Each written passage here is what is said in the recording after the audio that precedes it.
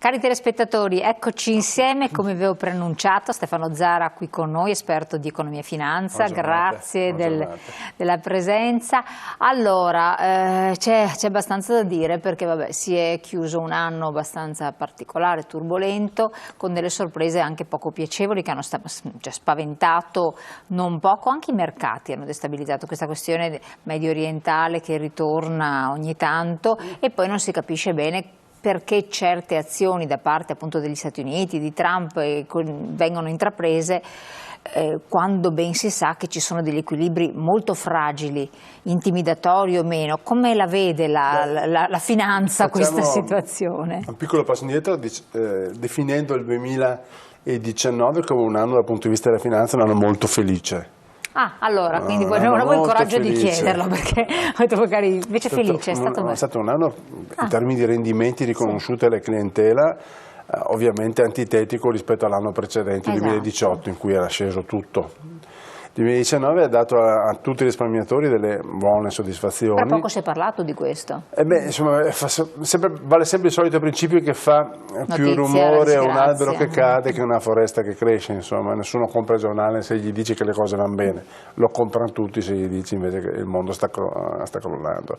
La solita logica è che siamo attratti inconsciamente dalle notizie negative e dalle catastrofi.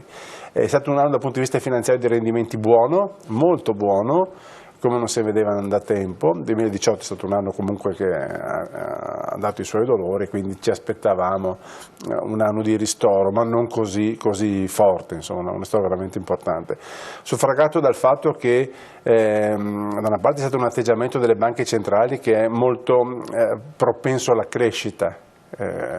Mantenere i tassi bassi e garantire liquidità al mercato e le aspettative di utili delle aziende buoni, non straordinari ma comunque buoni, ha fatto sì che le borse continuassero in tutto il mondo a crescere. Quindi tassi bassi, liquidità sui mercati, aspettative di utili da parte delle imprese buone. Il 2020 si apre più o meno nel segno della continuità, con utili delle imprese non straordinarie ma in linea, quindi si sostengono le aspettative di crescita dell'ultima parte del 2019, i tassi che rimarranno bassi per molto tempo, non si sa quanto, ma rimarranno bassi per molto tempo. Nonostante non ci sia Draghi. Nonostante non ci sia Draghi, però è una linea condivisa un po' da tutti i banchieri centrali e nella continuità dei mercati trovano conforto, insomma, se non ci sono novità è una buona cosa. Le tensioni geopolitiche di fine anno e la guerra commerciale, che erano le incognite principali, quelle commerciali Stati Uniti-Cina, che erano un po' i principali focolai di tensione, sembrano sotto controllo, insomma, anche se qualche giorno fa sull'onda della reazione iraniana e sulla crescita del petrolio, che è stata una crescita comunque contenuta, anche il petrolio si è mantenuto tra i 65 e i 70 dollari al barile, non ha mai dato impressione o comunque i mercati non hanno mai dato impressione di credere a un inasprimento e a un'escalation, ecco, non ci hanno mai creduto fino in fondo, quindi anche i prezzi del petrolio sono rimasti sotto controllo. E i mercati, diciamo che i mercati per assurdo ne hanno risentito, il mercato italiano da un'idea ne ha risentito molto di più quando si è dimesso il ministro della pubblica istruzione, no? Sì, infatti, esatto, volevo dire, ma perché ci ha perso un punto e mezzo quasi la borsa. Ma perché con fenomeni di un certo tipo destabilizzano di più i mercati che non altri, che si pensava con quello che ha fatto l'azione che è stata intrapresa da parte di Trump facesse veramente implodere qualcosa di stratosferico, invece tutto sommato nessuno crede al fatto che Trump voglia arrivare a perché nessuno crede, quindi nessuno crede. È uno scenario in cui Trump voglia arrivare alle elezioni presidenziali, che comunque saranno il leitmotiv del 2020, la rielezione o meno di Trump. Tutto sembra muoversi intorno a questo evento, quindi un accordo commerciale che sembra si possa, ma la parola sembra è dominante, un accordo commerciale le cui linee principali nessuno conosce precisamente, che sembra si debba stilare, sembra essere sottoscrivere, firmare, insomma, in questi giorni nella sua fase iniziale, quindi un accordo commerciale a più step che dovrà essere analizzato per capirne un po' l'impatto, insomma. Alcuni osservatori molto acuti osservano che siamo passati da un mercato completamente globalizzato a un mercato che si sta diseglobalizzando, ossia la misura di questo accordo commerciale ci darà la misura la misura di nuovi equilibri che si verranno per forza a delineare. Quindi vedremo come sarà strutturato, in che misura sarà strutturato e quali saranno le ricadute sul commercio internazionale. Ma poi c'è stata una mossa anche strategica da parte di Trump per agire sui mercati in qualche modo, condizionarli. Ma io non credo che lui abbia la capacità di agire sui mercati. Lui ha la capacità, in un certo senso... Che tutto si muove sull'interesse economico, no? Sì, bravissimo. O ideologico, cioè religioso, qua togliamolo completamente, oppure economico. La questione cinese andava affrontata, ma andava affrontata e il problema era sul tavolo anche delle precedenti amministrazioni, Bush, Obama e poi Trump. Ma in modo più tenue. In modo più tenue, perché comunque si è sempre presa la strada di una negoziazione soft. No?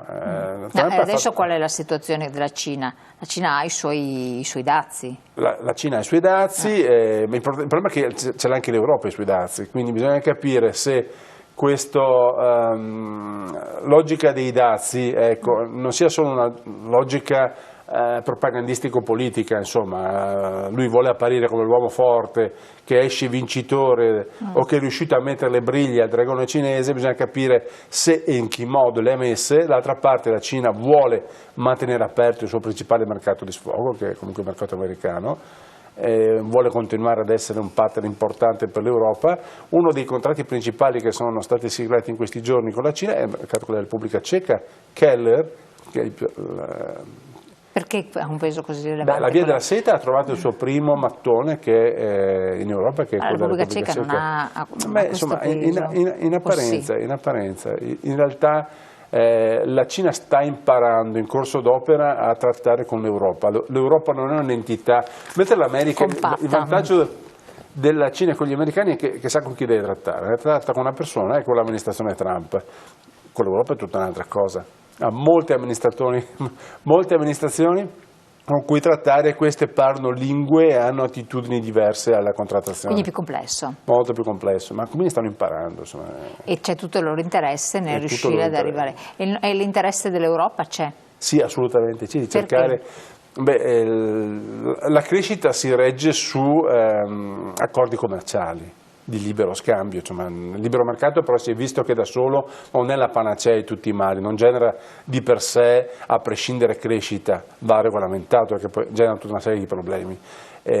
Noi di contro abbiamo ormai da 10 anni un problema di crescita molto contenuta, asfittica, per 1000 ragioni, quindi è importante, è carburante a una crescita nel nostro continente molto contenuta, molto asfittica.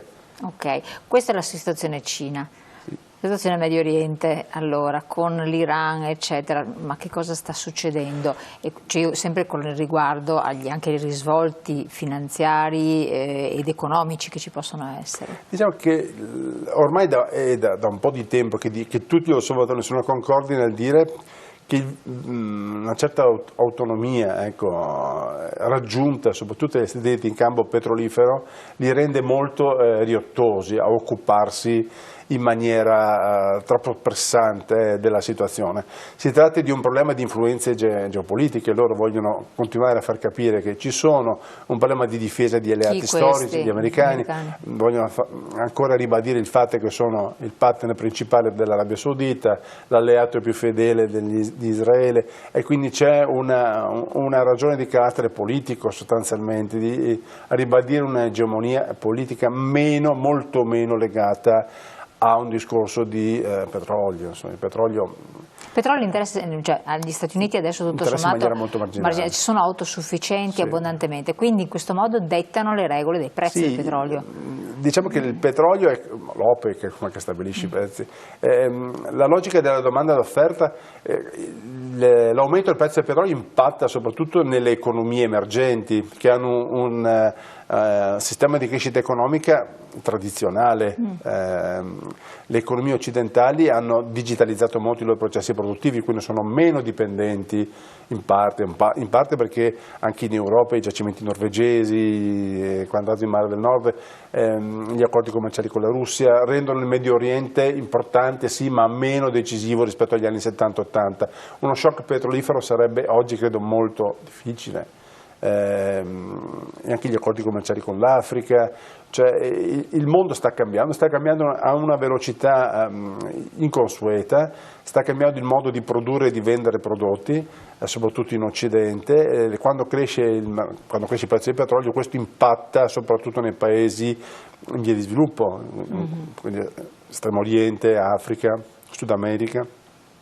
Là, in quel frangente, l'aumento o la diminuzione del prezzo del petrolio favorisce o complica i conti economici di quelle economie rispetto ai paesi occidentali. Poi insomma la globalizzazione c'è e rimane una costante, però si delineano rapporti diversi a seconda che questo accordo commerciale fra le due più importanti economie del pianeta abbia alcuni connotati o meno. Cioè vediamo di cosa si tratta e che tipo di accordo è.